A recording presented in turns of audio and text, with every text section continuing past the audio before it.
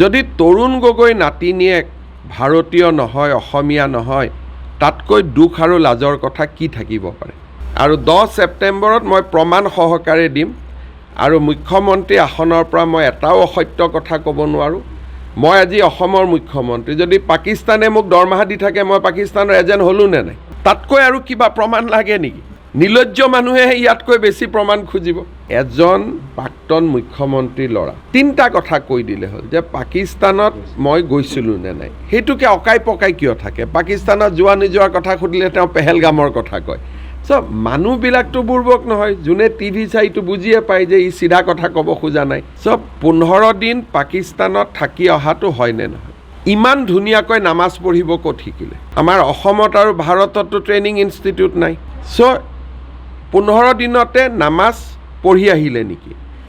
আপোনাৰ পত্নীয়ে পাকিস্তানৰ NGOৰ পৰা দৰমহা লৈ ভাৰতত যদি কাম কৰে, তাতকৈ পাকিস্তানী এজেণ্ট বুলি আৰু কিবা ডাঙৰ প্ৰমাণ লাগে নেকি?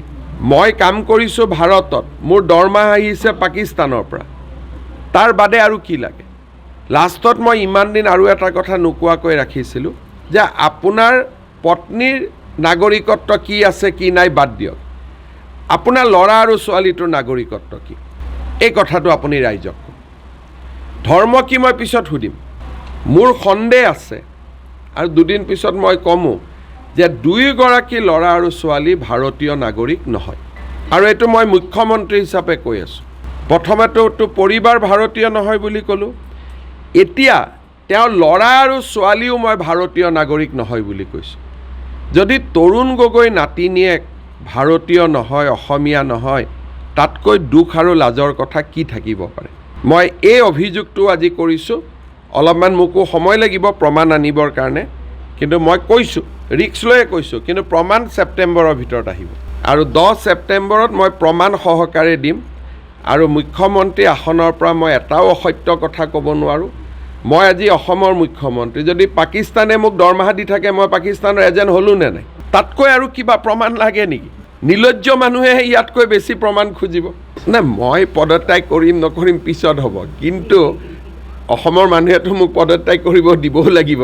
অসমৰ মানুহৰতো এইটো মুড নাই বৰ্তমান, গতিকে সেইটো কথা বাদ দিয়ক। কিন্তু 3টা মই প্ৰশ্ন সুধিছোঁ। 15 দিন পাকিস্তানত থাকি আহিছেনে নাই? নামাজ পঢ়িব ক'ত শিকিলে? আপোনাৰ ল'ৰা ছোৱালী পত্নীৰ ধৰ্ম কি? ল'ৰা ছোৱালীৰ নাগৰিকত্ব কি? আৰু আপোনাৰ পত্নীয়ে ভাৰতত কাম কৰি পাকিস্তানৰ পৰা দৰমহা লৈ আছিল নে নাই?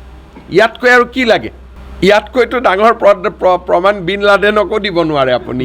ইয়াতকৈতো আৰু প্ৰমাণ কাকো একো নালাগে। ইয়াৰ পিছত নিজে নিজে হাত তুলিব লাগে, আৰু বহুত আছে।